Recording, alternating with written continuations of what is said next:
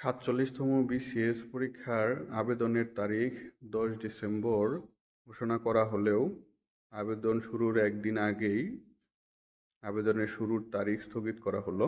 স্থগিত করার কারণ হিসাবে বিজ্ঞপ্তিতে বলা হয়েছে যে অনিবার্য কারণে স্থগিত করা হয়েছে। তবে কিছু সংবাদ মাধ্যমের বরাতে জানা যাচ্ছে যে কয়েকটা বিষয় এখানে এসেছে। সেটি হচ্ছে আবেদনের ফি ২০০ টাকার কথা বলা হয়েছিল এর আগে। সেইটার প্রজ্ঞাপন জারি হয়নি।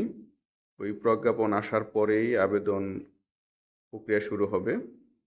আরও দুই একটা বিষয় এখানে আসছে, যেমন বলা হচ্ছে একবার প্রিলিতে পাশ করলে পরবর্তী ৩ ধাপে নাকি রিটেন পরীক্ষা দেওয়ার সুযোগ থাকবে। একবার রিটেনে পাশ করলে পরবর্তী ৩ ধাপ নাকি ভাইবা দেওয়ার সুযোগ করে দেওয়া হবে, এরকম একটা প্রজ্ঞাপন বা নীতিমালা আসতে পারে। সেটার জন্যও অপেক্ষা করা হচ্ছে। এরকম বেশ কয়েকটা বিষয়ে গণমাধ্যমে অথবা সামাজিক যোগাযোগ মাধ্যমে ছড়াচ্ছে, কিন্তু কোনোটাই অফিসিয়াল কোনো স্টেটমেন্ট না। কাজেই আসলেও অনিবার্য কারণটা কি, এটা অফিসিয়ালি না আসা পর্যন্ত বলা যাচ্ছে না।